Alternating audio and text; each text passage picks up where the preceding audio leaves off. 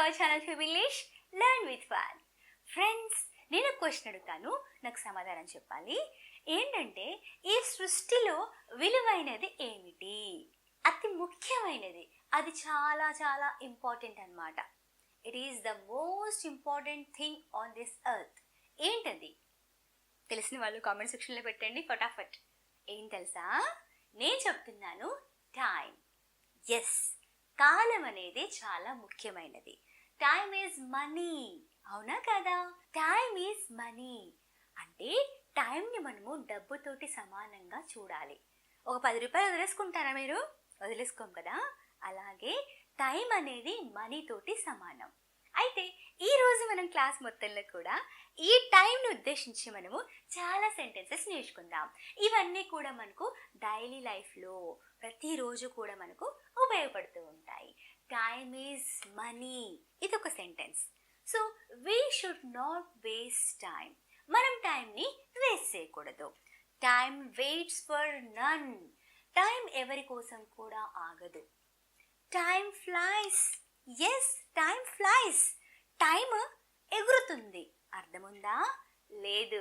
Time flies అంటే అర్థం ఏంటంటే టైం గబగబా గడిచిపోతుంది.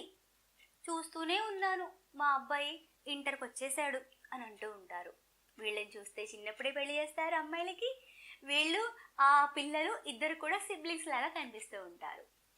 అలాంటి కండిషన్లో time flies, my son is in college అని అంటూ ఉంటారు యంగ్ మదర్స్. సొంత మమ్మీలు ఉంటారు కదా, వాళ్ళందరూ కూడా ఇదే అంటారు. ఐ హ్యావ్ నో టైం, నాకు టైం లేదు. Please make time for your preparation. నీ ప్రిపరేషన్ కోసం టైం క్రియేట్ చేసుకో అని నేను అంటూ ఉన్నాను. అలాగే స్పేర్ టైం ఫర్ మీ. నా కోసం టైం స్పేర్ చేయవా నువ్వు అని నేను అడుగుతూ ఉన్నాను. స్పేర్ అంటే అర్థం ఏంటంటే ఇవ్వడం అనమాట. మనం టైం ఒకరికి కేటాయించడం అనమాట. అలాంటి కండిషన్లో స్పేర్ టైం అని అంటూ ఉంటాం. అలాగే స్పేర్ని ఉపయోగించి ఒక సెంటెన్స్ కూడా ఫ్రేమ్ చేయొచ్చు. ఏమని? Do you have a spare pen with you? నీ దగ్గర ఒక ఎక్స్ట్రా పెన్ ఉందా అని నేను అడుగుతూ ఉన్నాను. అంటే ఏంటంటే నీ దగ్గర పెన్ ఉందా? స్పేర్ అంటే ఎక్స్ట్రా అనమాట. అలాగే స్పేర్ టైం అంటే ఖాళీ time. What do you do in your spare time?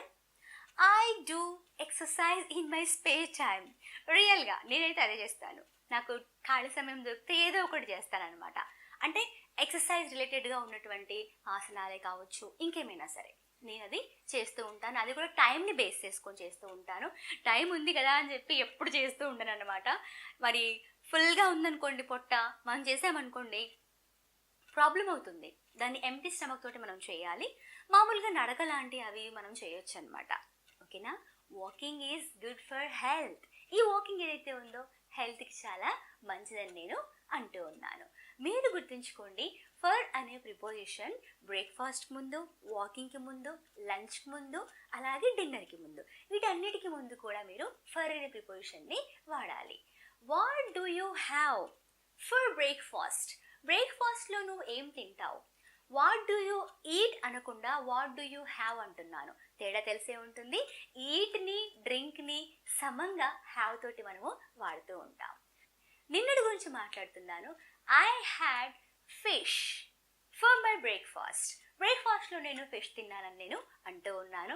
ఎవరు కూడా తినరని అనుకోకండి. చాలామంది కూడా చేపల కూరని నెక్స్ట్ డేనే తింటారు, అప్పుడే టేస్టీగా ఉంటుందంట. నేనైతే ఫిష్ తిన్ను, మా ఇంట్లో తింటారు, నా హస్బెండ్ బాగా తింటారనమాట. అదే రోజు వండిన కర్రీ తినరు ఎప్పుడు కూడాను. అలాగే మీరు ఎవరైనా అడగాలనుకుందాం, టైం ఎంత అయింది అని అడిగేటప్పుడు what's the time or what is the time by your watch? నీ వాచ్లో టైం ఎంత అయ్యింది అని అడుగుతూ ఉంటాం.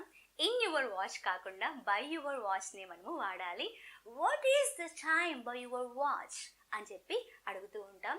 అప్పుడు ఇట్స్ 10 AM, ఇట్స్ 9 PM, ఈ రకంగా దాన్ని బట్టి వాళ్ళు చెప్తూ ఉంటారనమాట. అలాగే it's getting late for me, please come fast, I have no time, I have run out of time. అంటే నా దగ్గర టైం లేదు. మనం లాస్ట్ క్లాస్లో నేర్చుకున్నాం కదా రన్ అవుట్ ఆఫ్, అదే ఇక్కడ కూడా మళ్ళీ నేర్చుకుంటున్నాము. I have run out of time, please we have to be on time. మనం టైంకి ఉండాలి అక్కడ. We have to be on time, మనం టైంకి అక్కడ ఉండాలి అని అంటున్నాను. ఆన్ టైం అంటే ఎగ్జాక్ట్గా ఆ టైం కల్లా అనమాట. మీరు ఈ రకంగా రిక్వెస్ట్ చేస్తూ ఉన్నారు, ప్లీజ్ మేక్ హేస్ట్, త్వరగా కానీ, హరి తొందరగా రా, హరి హరి అంటే ఏంటి, తొందరగా, హరి తొందరగా రా, there is no time, it's getting late for us to attend the party. మీరు మీ ఫ్రెండ్ని తొందరగా రారా బాబు టైం అవుతుంది, అప్పుడు మీరు అనొచ్చు మీ ఫ్రెండ్ తోటి, there is no time, we have run out of time, it's getting late for us, మనకు బాగా లేట్ అయిపోతూ ఉంది అని చెప్పి మీరు మీ ఫ్రెండ్ని అంటూ ఉన్నారు. ఇక మీ ఫ్రెండ్ అయితే ఇక దూతా ఉన్నాడు అనమాట, దువ్విందే దూతా ఉన్నాడు, దువ్విందే దూతూ ఉన్నాడు. అలాంటి కండిషన్లో మీ ఫ్రెండ్ అంటాడు, please could you hold your horses, కాసేపు ఆగుతావా అంటే, please wait for a while, కాసేపు ఆగు నా కోసం, ఐఎమ్ గెటింగ్ రెడీ, నేను రెడీ అవుతూ ఉన్నాను, I'm getting dressed, I'm getting dressed or I'm getting dressed up, లేదా ఐఎమ్ గెటింగ్ డ్రెస్డ్, నేను డ్రెస్ వేసుకుంటున్నాను, లేదంటే ఐఎమ్ కోమింగ్ మై హెయిర్, నేను హెయిర్ కోమ్ చేస్తున్నాను. How much time will you take to get ready, ఎంత time తీసుకుంటావు ready అవ్వడానికి, you are taking a lot of time to get ready, నువ్వు ready అవ్వడానికి చాలా టైం తీసుకుంటున్నావు, నువ్వు ఇలా తీసుకోవద్దు అని చెప్పి మీరు అనొచ్చు. ఇక్కడ మనం ఒక ఇడియం నేర్చుకున్నాము, hold your horses. Hold your horses అంటే అర్థం ఏంటంటే, ఎవరినైనా మనము వెయిట్ చేయమని చెప్పేటప్పుడు హోల్డ్ యువర్ హార్సెస్ వాడతాము. అలాగే ఏదైనా ఒక విషయం గురించి మనము చాలా జాగ్రత్తగా నిర్ణయం తీసుకో అని చెప్పేటప్పుడు కూడా మనము హోల్డ్ యువర్ హార్సెస్ అనేటువంటి ఇడియంని మనము వాడుతూ ఉంటాం. కొంతమంది టైం బాగా వేస్ట్ చేస్తూ ఉంటారు, ఫోన్స్ చూస్తూ ఉంటారు, ఇంకా ఎంజాయ్ చేస్తూ ఉంటారు, ఫ్రెండ్స్తో చాటింగ్ చేస్తూ ఉంటారు. మీ ఫ్రెండ్ని మీరు ఈ రకంగా అడ్వైజ్ చేయొచ్చు. పనిలో పని అడ్వైస్కి తేడా తెలుసుకుందాము. అడ్వైజ్ అంటే నౌన్ అనమాట, ఇక్కడ మనకు సిఈ ఉంటుంది. I gave some advice to my friend. అయితే మీ ఫ్రెండ్ ఏమంటాడంటే, my friend advised me to do hard work చేయమని చెప్పి నా ఫ్రెండ్ నాకు సలహా ఇచ్చాడు అన్నప్పుడు ఎస్ వస్తుంది. వర్బ్గా తీసుకున్నామంటే అడ్వైజ్డ్ అంటాం. ఓకేనా ఫ్రెండ్స్, నౌన్గా తీసుకున్నాము సలహా అన్నప్పుడు మనకు అడ్వైస్ సిఈ అనేది మనకు వస్తూ ఉంటుంది. ఈ విషయాన్ని మనం మనసులో ఉంచుకోవాలి. అలాగే కిల్ ద టైం. ఏంటి టైంని చంపడం ఏంటి, టైం ఏమన్నా మనిషిలాగా ప్రాణం ఉందా అని చెప్పి అనుకోమాకండి. కిల్ ద టైం అంటే అర్థం ఏంటంటే టైం గడపడం. నేను ఎప్పుడైనా సరే ట్రైన్ జర్నీస్, అమ్మ వాళ్ళది గోదావరికని అనమాట, నేను ట్రైన్కే వెళ్తూ ఉంటాను. అలాంటి కండిషన్లో నేను ఎక్కువగా న్యూస్ పేపర్ తీసుకెళ్తూ ఉంటాను, లేదంటే ఏదైనా బుక్స్ తీసుకెళ్తూ ఉంటాను. ఎందుకంటే నా టైం నేను గడపడం కోసం అనమాట. To kill my time I take news paper. I usually take news paper while I'm in journey. నేను జర్నీలో ఉన్నప్పుడు న్యూస్ పేపర్ని తీసుకెళ్తూ ఉంటాను. టు కిల్ మై టైమ్, నా యొక్క టైం నేను గడపడం కోసం అని నేను అంటూ ఉన్నాను. ఓకే, మీరైతే మీ ఫ్రెండ్కి సలహా ఇచ్చారు, ఇంకా మీ ఫ్రెండ్ స్టార్ట్ చేస్తుంది, చాలా హార్డ్ వర్క్ చేస్తుంది, పగలనక రాత్రనక హార్డ్ వర్క్ చేస్తుంది. అలాంటి కండిషన్లో she burns the mid night oil to get a first rank. ఆమె ఫస్ట్ ర్యాంక్ రావడం కోసం చాలా కష్టపడి పనిచేస్తుందని నేను అంటూ ఉన్నాను. పని చేస్తూ ఉంది అనుకోండి, కంటిన్యూస్గా చెప్పాలంటే she is burning the mid night oil అని చెప్పి మనము కంటిన్యూస్ టెన్స్లో వాడచ్చు.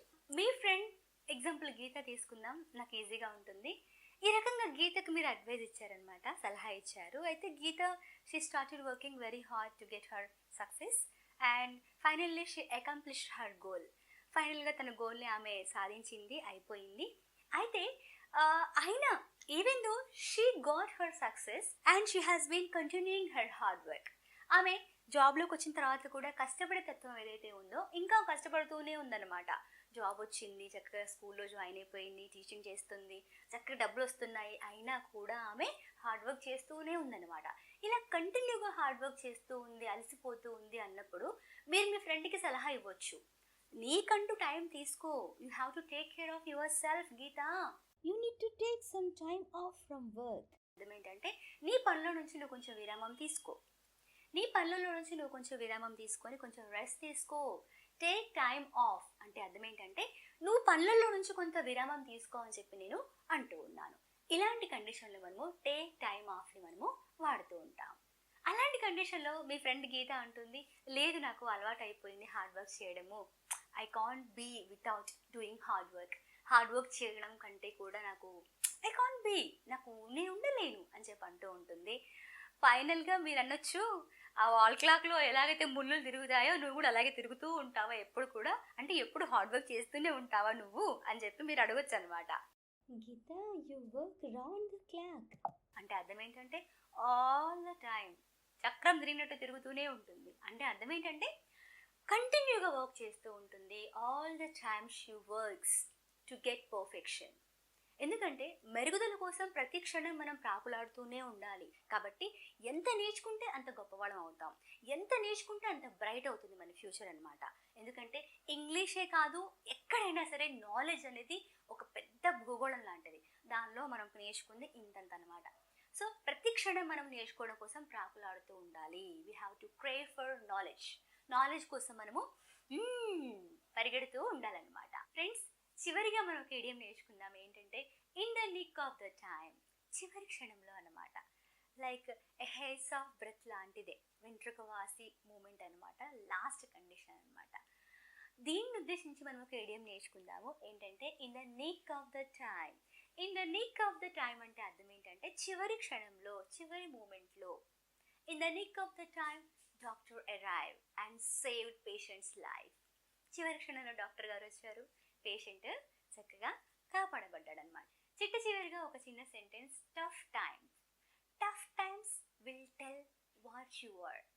అంటే కష్టతరమైనటువంటి సమయాలే తెలుపుతాయి మీరంటే ఏంటి అనేది. మీరు కష్టపడుతున్నారు అంటేనే మీరంటే ఏంటో, that means you are going to prove what you are in your tough times, right?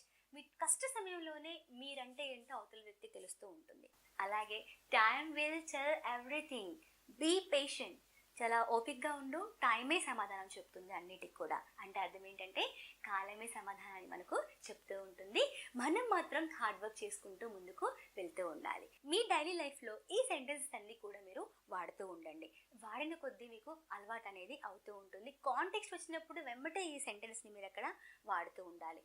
వాడిన కొద్దీ మీకు ఆ కాంటెక్స్ట్లో ఇక్కడ ఉన్నటువంటి వర్డ్స్, సెంటెన్సెస్ అన్నీ కూడా మీకు ఆటోమేటిక్గా రిపీట్ చేస్తూ ఉంటారు కాబట్టి, బయటికి అంటూ ఉంటారు కాబట్టి, అవేంటంటే మీకు ఆటోమేటిక్గా మీకు గ్రామర్ కూడా అందులో వచ్చేస్తుంది. కాన్ఫిడెన్స్ అనేది కూడా డెవలప్ అవుతూ ఉంటుంది, భయం పోతుంది. ఇలాంటి అన్ని లాభాలు మనకు కలుగుతూ ఉంటాయి. ఎప్పుడు? When you speak out, when you use those sentences in your daily life, then only it would be possible. ఓకేనా? తప్పనిసరిగా మీరు ప్రాక్టీస్ మాత్రం చేస్తూ ఉండండి. అలాగే లైక్ మాత్రం ఇవ్వడం మర్చిపోతున్నారు. చాలామంది చూస్తున్నారు కానీ ఫ్రెండ్స్ లైక్ మాత్రం ఇవ్వట్లేదు. I'm requesting you all to like our video and share among your friends. Same time we have online spoken English course. ఈ కోర్సులో భాగంగా మీకు ఇంగ్లీష్ని స్టెప్ బై స్టెప్ నేర్పిస్తూ ఉంటాము. ప్రతి సండే కూడా జూమ్ సెషన్ ఉంటుంది. మీ డౌట్స్ కూడా క్లియర్ కాబడతాయి. అలాగే మీకు స్టెప్ బై స్టెప్ ఇంగ్లీష్ అనేది నేర్చుకోవడానికి అవకాశం అనేది ఉంటూ ఉంటుంది. మరి ఇంకెందుకు ఆలస్యం? ఎవరైతే ఇంగ్లీష్ని స్టార్టింగ్ నుంచి నేర్చుకోవాలనుకుంటున్నారో వారందరి కోసం మా వద్ద ఉన్నటువంటి కోర్సులో మీరు జాయిన్ అవ్వండి. అలాగే మీ ఫ్రెండ్స్కి, మీ ఫ్యామిలీ షేర్ చేయడం మర్చిపోవద్దు. అలాగే సబ్స్క్రైబ్ చేయడం కూడా అస్సలు మర్చిపోవద్దు. Thank you so much for watching friends. Bye.